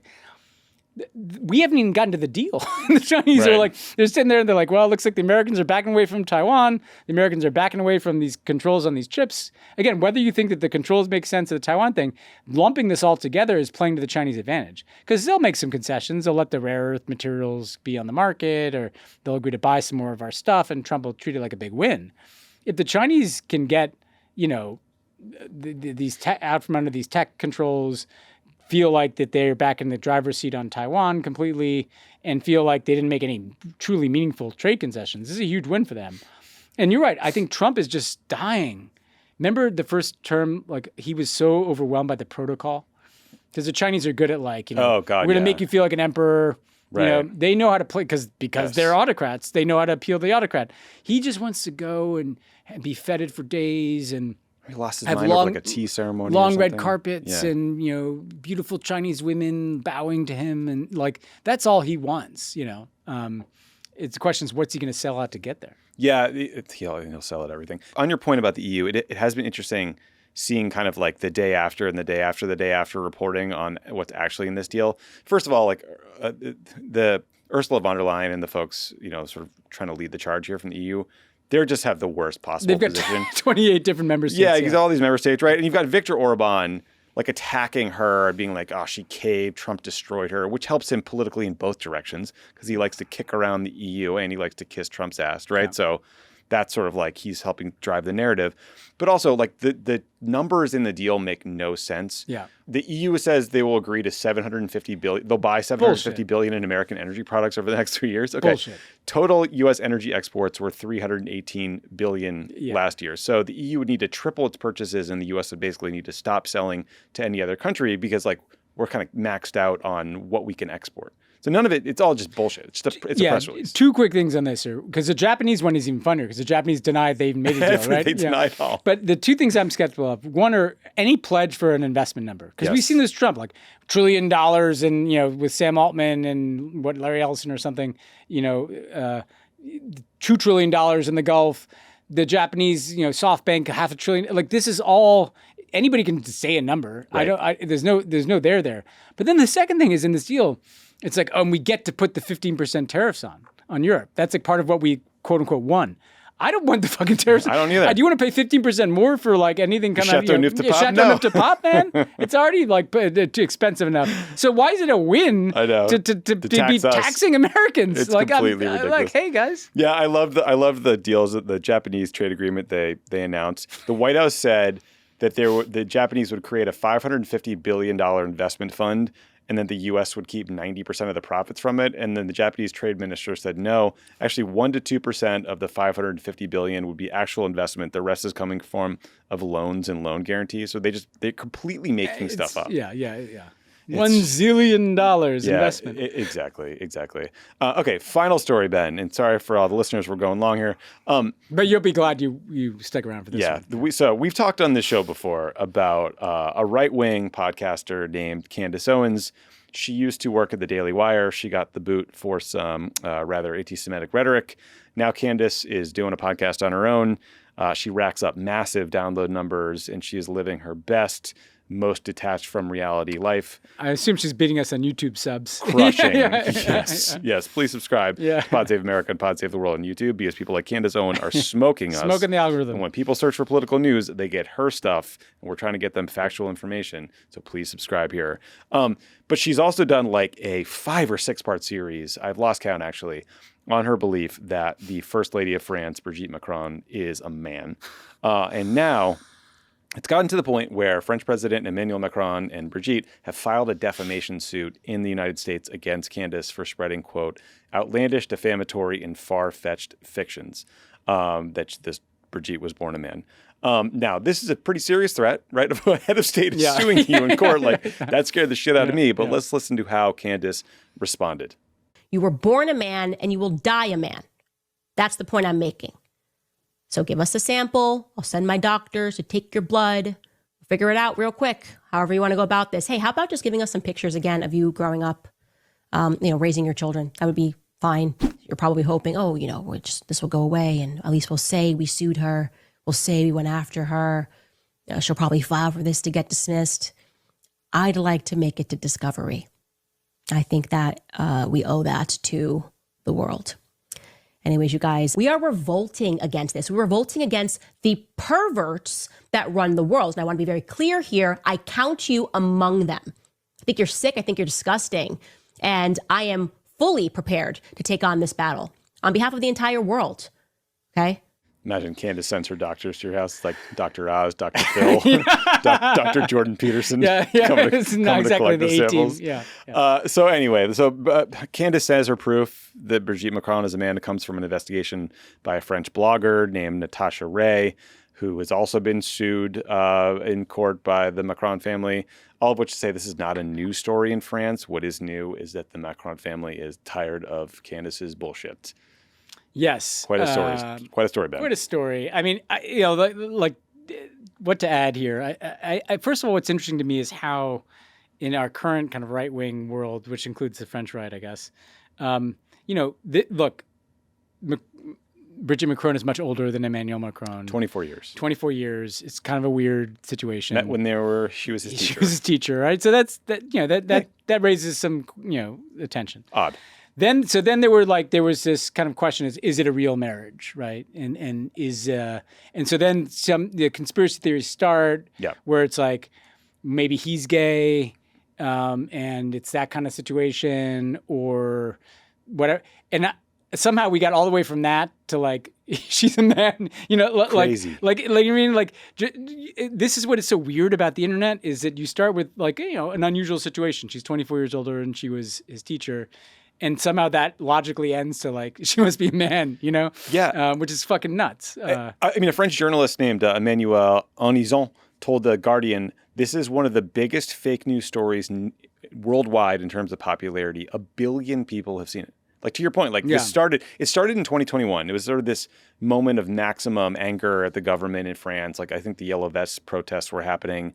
There was a huge amount of distrust of the government, and it got pushed by far right and anti-vax forces. But it started as a random 4-hour YouTube interview with this journalist, quote unquote, Natasha Ray, whose credentials at the time included working for an essential oils business. Yeah. Well, and I don't know about the move to sue though, because in an attention economy, didn't Candace Owens just get like a lot Yeah. of attention? I don't know. Well, no, I also, yes, she definitely did. I mean, look, I thought I get just being fed up, you know, if you're Macron. I got being fed up too. I mean, I need to dig back deeper into the case, but it's not like Alex Jones has gone away, right? You can do your own research on this. I'm going to do my own research. yeah. But I mean, apparently the theory is that Brigitte Macron was a man named Jean-Michel Trogneux. Jean Valjean. Which, but they're saying that she is her older brother, but her older brother's 80. He's alive. He lives in northern France. He grew up with her and 4 other families. They have a family that was like well known for having a chocolate business. He was present in public with her at Macron's 2 presidential inaugurations. Like, this is so thoroughly disproven. But it's like she just fucking clings to this madness. Yeah, I mean, I guess we should have learned when they spent 8 years saying our boss was born in Africa. That's right. But this is a special one. They hate Macron. I mean, part of this too is just like the loathing of Macron. They hate his he guts. triggers people a lot, you know. But It's so wild. Like I guess she just found an audience for this, and she dug in, and it's like the Epstein stuff, right? In some ways. Different things intersect, right? Yeah. It's anti-trans somehow, I'm sure. It's anti-Macron. It's anti-globalist. She kind of threw in a bit of an insinuation about a global cabal, right? Oh, good. Of perverts, right? I mean, you know. Wonder who that might be. Maybe Candace should focus on the real question, which is, you know, why Donald Trump was having young girls like that worked for him go work for Epstein. Seriously, that is something that happened today. You know. Yeah.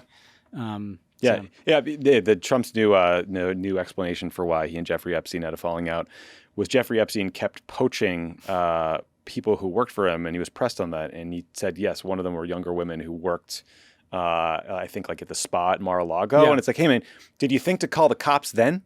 Yeah, because this happened in 2000. Apparently, this incident where Epstein was poaching staffers, and then in 2002, Trump told New York Magazine how much like he loves Jeffrey Epstein, and even said some creepy thing about how he likes women as much as I do, even if they're on the younger side. Yeah. So well, but a serious point. I wish some of these people, and some of them are doing it, but who spend all this time and attention chasing down the Brigitte Macron as a man thing, and then they get a pretty bombshell piece of information dropped on Epstein. Maybe pay attention to that actual shiny object rather than, you know, trying to prove that the brother is the sister. I don't know. Wild. Okay. Hearty show from us. We're going to take a quick break. When we come back, though, you're going to hear my interview with Mstyslav Chernov. He's an amazing director, writer, producer of a new documentary, 2,000 Meters to Andriivka, that is an incredible window into what the war in Ukraine is like. So stick around for that. Pod Save the World is brought to you by Smalls. Breaking news. Cats don't care about breaking news. They care about dinner. If it's not our next partner, Smalls, prepare for some aggressive protests on your couch. Smalls cat food is protein-packed recipes made with preservative-free ingredients you'd find in your fridge, and it's delivered right to your door. That's why Cats.com named Smalls their best overall cat food. To get 60% off your first order, plus free shipping, head to smalls.com/world for a limited time only. Here's a review from a real Smalls customer. Elizabeth C. said, my cat was always so-so with her usual food, but she is very enthusiastic about Smalls. Her breath is much better and she poops much less frequently, and it does not smell disgusting like it used to. That's a win. Smalls works with the Humane World for Animals. They've donated over $1 million worth of food to help cats through the Humane World for Animals, and they even give you a chance to donate at checkout, whether you donate $5 for flea and tick medications or $7 for vaccines. And now you can add other cat favorites like amazing treats and snacks to your Smalls order. After switching to Smalls, 88% of cats owners reported overall health improvements. That's a big deal. The team at Smalls is so confident your cat will love their product that you can try it risk-free. That means they will refund you if your cat won't eat their food. Were you guys a cat family growing up? No. We had a bunch. We had 3. Pansy, Snooper, and Mouse. Pansy. Great name. Those are all great good cats. names. Pansy, Snooper, Mouse. They were outdoor cats, though. You know, they would. Or they would just like go leave hunt for a long time. They would leave for a while and come back and bring gifts. Anyway, love my cats. What are you waiting for? Give your cat the food they deserve for a limited time only because you are a Pod Save the World listener. You can get 60% off your first Smalls order plus free shipping when you head to smalls.com/world. That's 60% off when you head to smalls.com/world plus free shipping. Again, that's smalls.com/world. This episode is presented by Planned Parenthood Federation of America. The House recently voted to defund Planned Parenthood. That's right, they voted to block care, potentially shut down nearly 200 health centers. Without Planned Parenthood health centers, no other provider can fill that healthcare gap. Over 1.1 million patients could lose access to birth control, STI testing, abortion access, cancer screenings, and so much more. Who would suffer the most? People who already have a harder time than they should getting basic care. Women, people with low incomes, Black, Latino, and other communities, and people in rural areas. Planned Parenthood is such an important organization. There are so many people in this country whose closest healthcare provider by like 50 miles is a Planned Parenthood clinic. And they are just going to lose access to healthcare for critical things, cancer screenings, like things that could end their lives because Republicans are politicizing a great organization just because that's who they are. Donate to support Planned Parenthood at plannedparenthood.org/donate. That's plannedparenthood.org/donate. I'd like to welcome to the studio Mstyslav Chernov. He is a Ukrainian director, writer, the producer of the new documentary 2,000 Meters to Andriivka. He was on the show about 2 years ago, I believe, talking about his Oscar-winning film, 20 Days in Mariupol. Welcome back. Great to see you. Great to see you again. Thank you for inviting me. So I just want to start I watched the film on Friday. It was so unbelievably powerful. It affected me physically. Like I could feel the film in my body. I've seen a lot of footage of the war in Ukraine on social media because there's so much drone footage, and so it's how terrifying it is. But I think the first person point of view, the trench warfare, the FPV drones swirling around at every moment, it's just it's more frightening than I ever could have imagined, frankly, was like my takeaway. And I just wondered if you could talk about how you filmed the film, constructed the film, and managed the risk involved to being a part of this. Physical presence is something that is always important for me in my films. And you see that perspective of both 20 Days in Mariupol and 2,000 Meters to Andriivka is a personal perspective. Yeah. It's not only about body cams that we're using, it's also about me actually walking on the ground with the soldiers. And just to recap, the entire film is about this little narrow strip of forest that is squeezed between two minefields. And it's leading to a village of Andriivka that the platoon I'm following has to liberate. So it is a very simple story on the surface. They just need to traverse 1 mile of heavily fortified forest and to get there and to raise the flag. But the drama that leads to it, the difficulties, the pain, the sacrifice that they go through to get to their goal is immense. And I do everything in my power to bring the audience into that experience. And we are so lucky that the tools of modern filmmaking are allowing us to do so. In order to know what the soldiers are going through in the First World War, Second World War, all the wars that were happening in the 20th century, we didn't really have tools except stories, literature, yes, films, but we could never be there. And here we have a possibility to bring the audience right into the trench, feel the shaking ground, hear the buzzing of the drones above your head, and feel fear for your life for every second of the film. It's a very intense experience, but it's a very unique experience too.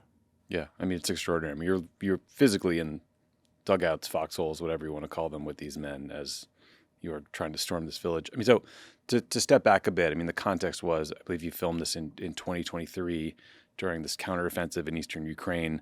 You're following Ukraine's 3rd Assault Brigade as they're trying to capture this village, as you just said.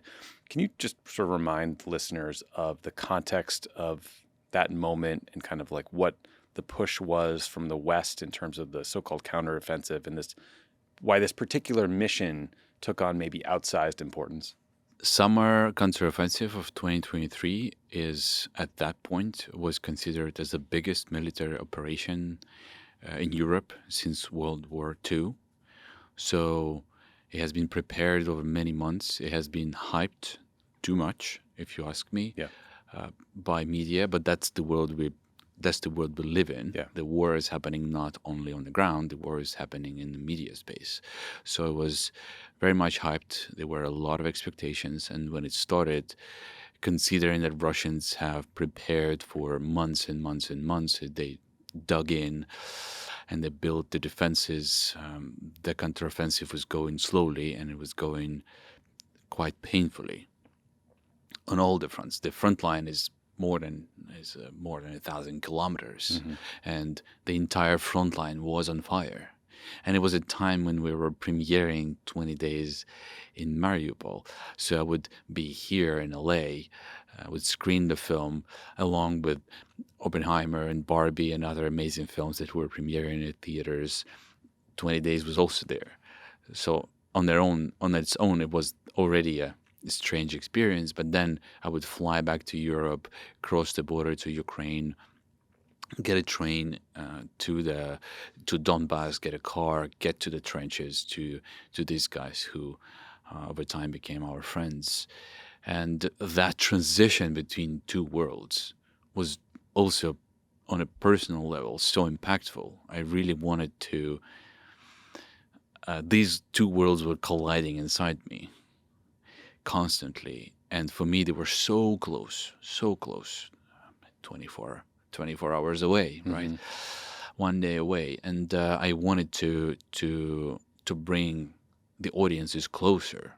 That's, where this desire of realism is coming from. That's where the distances, this film about distances, right? And that's where those distances are coming from. I wanted these distances to be shorter. The counteroffensive was not going well, and it was very hard. But I think the story of this platoon, the fight for this small village that it was strategically important, but on a bigger scale seemed pretty insignificant. And yet it was a symbol of the struggle and a symbol of hope when they finally raised the flag. I think that represents the entire struggle across the front line. And I was looking for something that would represent that wider experience. Yeah, I mean, there is this feeling, right, that they are successful. I mean, I don't want to give away the film, but I don't think the experience of the film is why it's worth watching the film. It's not the ending. But, as you said, they get to this village, they raise a flag, but they raise it over rubble, right? They essentially... No, now you're spoiling the film. Was that? Sorry. Sorry. Well, that's okay. It's one of the dramatic turns for us, too, when we are shooting. We come to that village and we see there is not even a place to raise the flag. Yeah. And then, of course, inevitably you're asking, why? Right. Was this happening? And then when they do raise the flag, when they come back, and then when you next day see in the news the entire country celebrating another village being liberated, you realize that they didn't just liberate a village, they liberated a name, a symbol. And you realize something very important, that yes, you can destroy a city, you can destroy a village, but you can't destroy a symbol. Is that how the men you were following felt? Because, I've known a lot of, people who served in the military, and some of them have sentiments like that, and others felt like they were sent to war for missions that were meaningless. They felt completely demoralized and infuriated by, the task they were asked to do. And I'm wondering what their...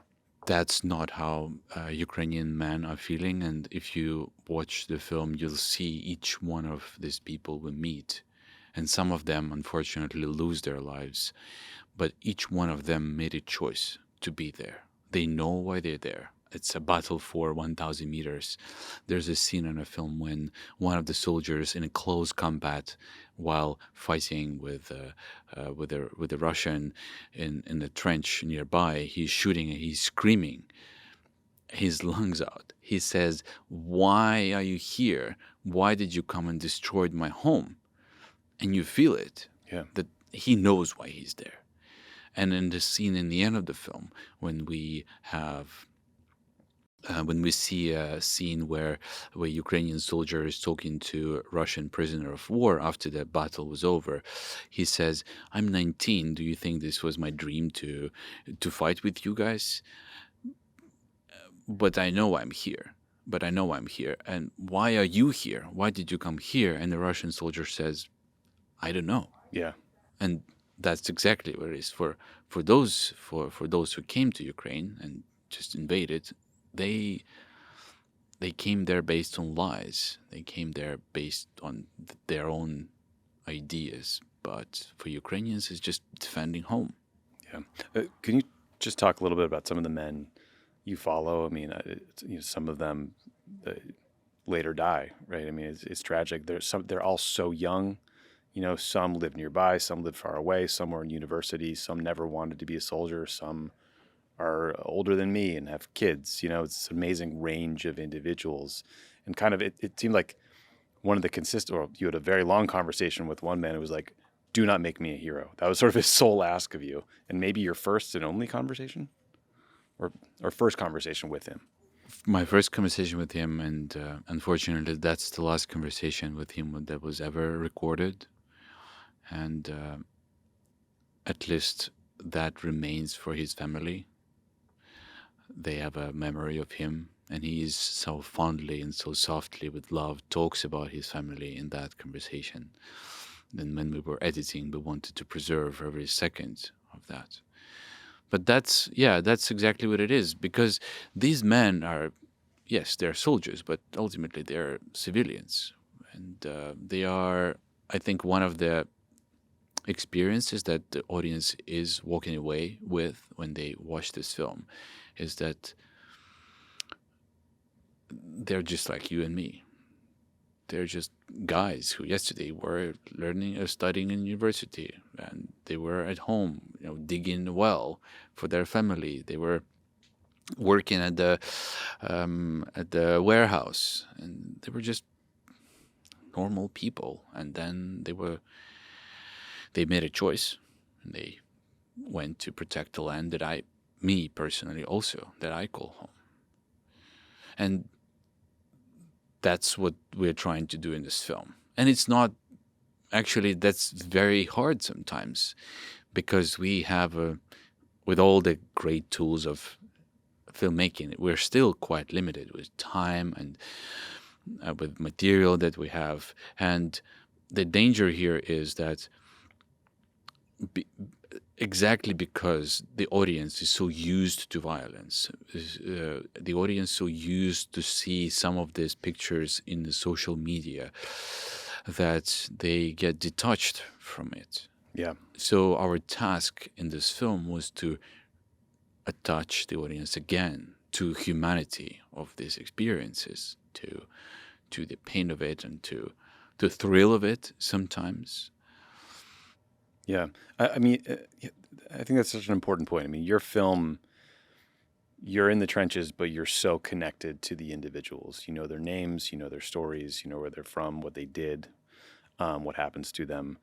But we're also living this time on social media where every time I log into Twitter, I see either a video of a Ukrainian FPV or a Russian drone killing some person that I'll never meet or know their name.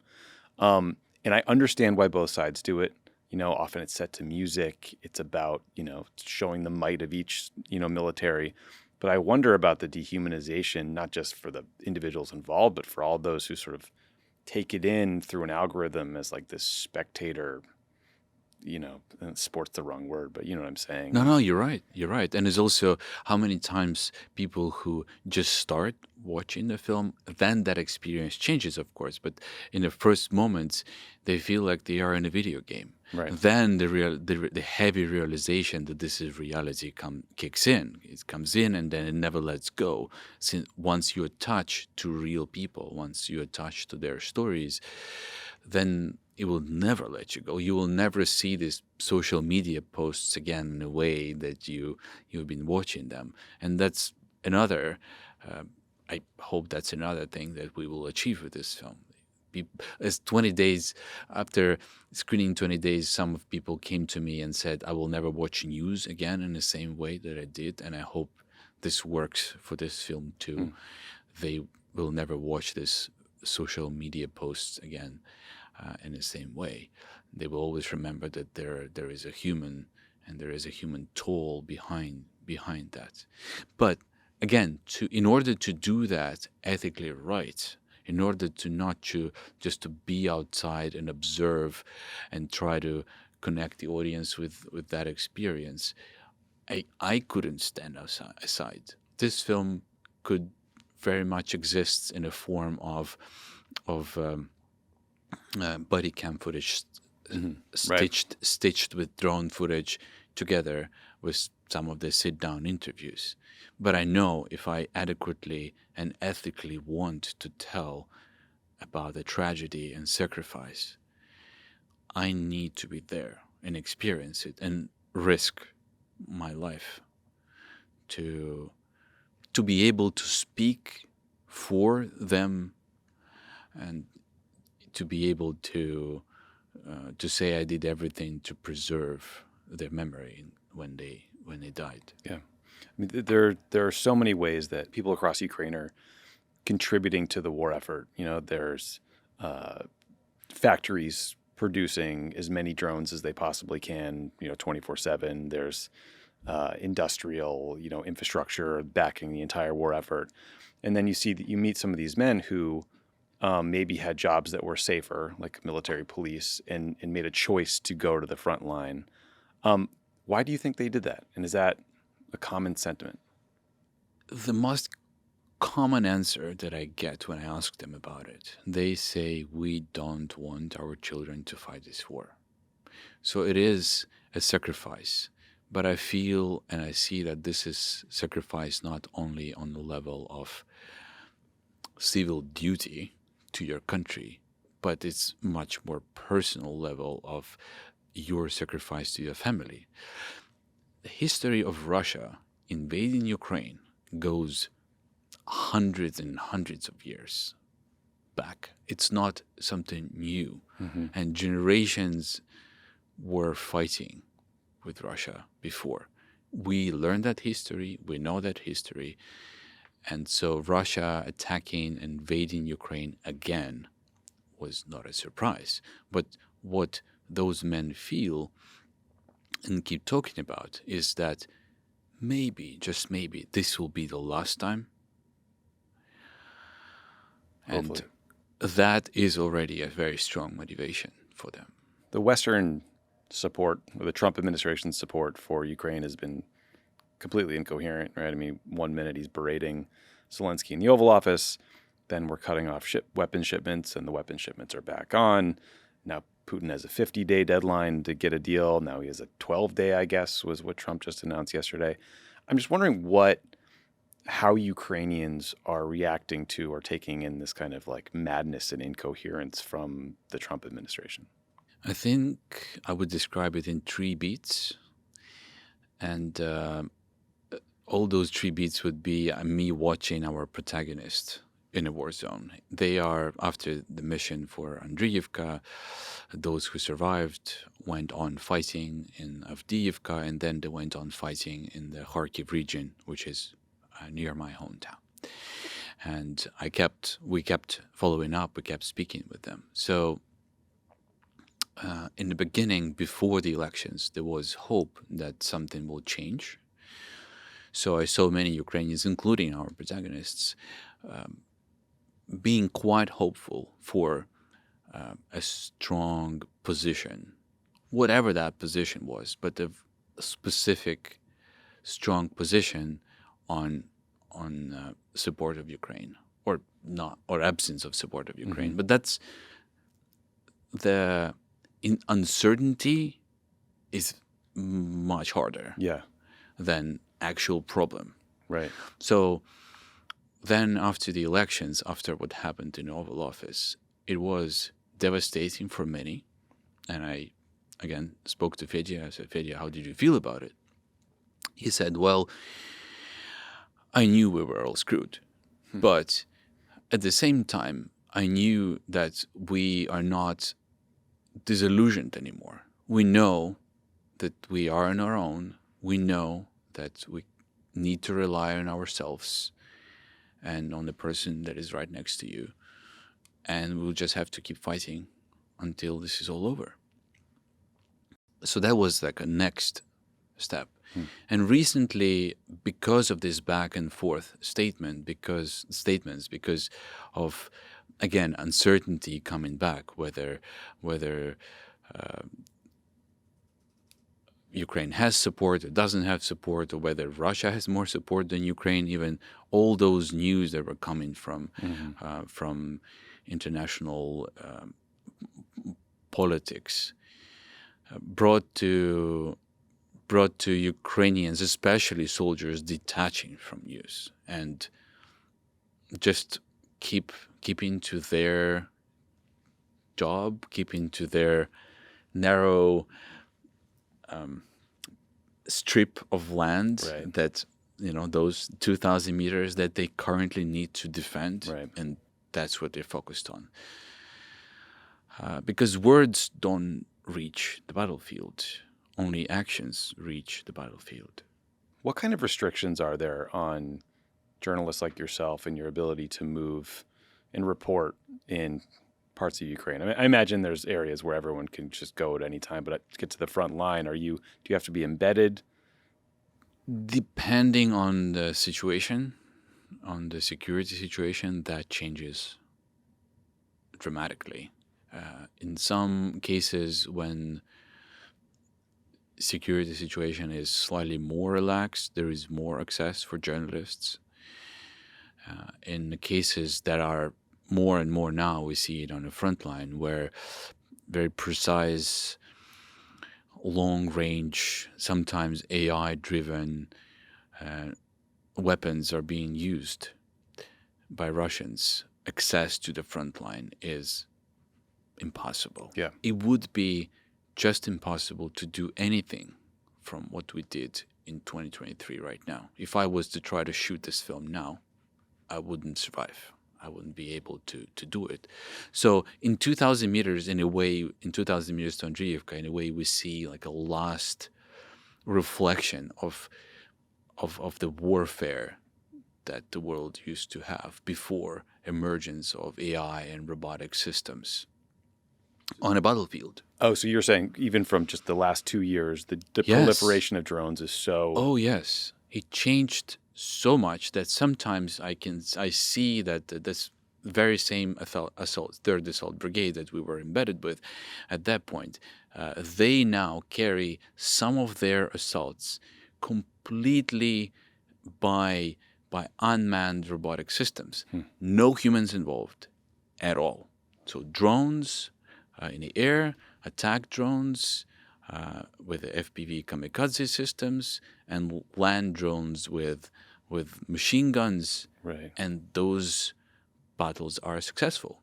We have examples of them taking over some of the Russian positions, liberating some of the Ukrainian territory just by robotic systems. It's like very terrifying. Scary. Future, yeah. It is so scary. And you can see how the competition for technologies is happening in real time.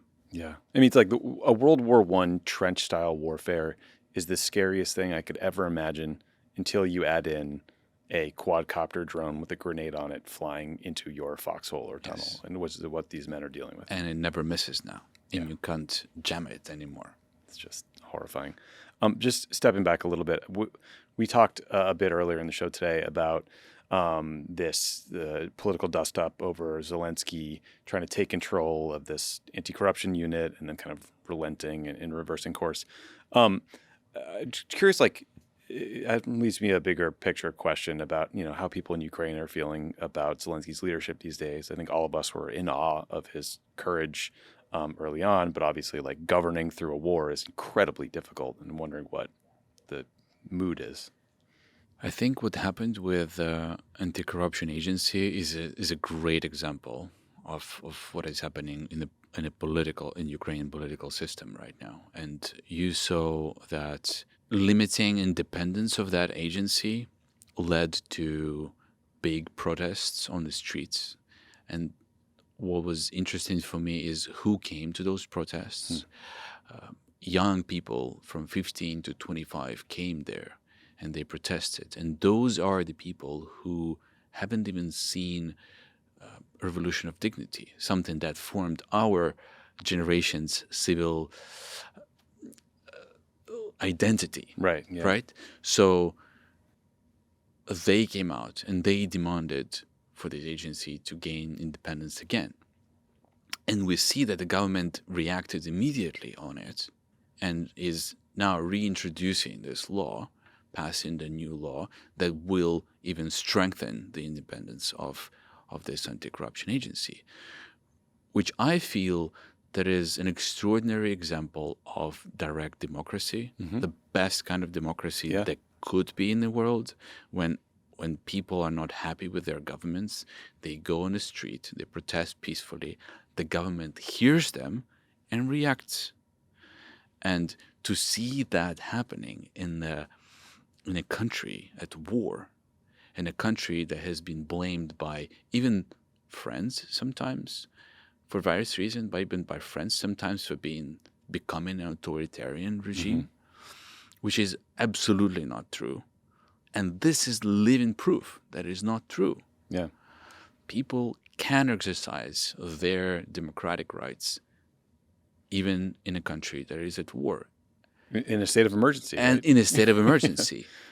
And you see other countries can use this, can use crisis as an excuse to limit the civil rights or to for people who don't go on the streets and don't speak about their opinions to justify why they don't do it. Oh, the country is in crisis, we can't do it. But you can. Right. And that's what Ukrainians did. So until that relationship between the government and the civil active part of the civil society is continuing to be like that, we're okay. Yeah. Yeah, that's right. That is a good, healthy sign, especially the young people. I didn't realize it was such a young cohort. Yes, turning out. and then hearing the soldiers on the front line watching this and saying, oh, that's what I'm fighting for. Yeah. That's exactly the generation I'm here for. So that also motivated the soldiers. Oh, wow. That's inspiring. Well, listen, the film is 2,000 Meters to Andriivka. I could not recommend it enough. It's an extraordinary look at not just the war in Ukraine, but modern warfare, the horrors of it, and what motivates average people to do unbelievably courageous things. So thank you for the film. Thank you for 20 Days in Mariupol. It's another extraordinary film, too, that folks should check out. Thank you. But it's great to see you. Thanks for the invitation. Thanks again to Mstyslav Chernov for joining the show, and talk to you guys next week.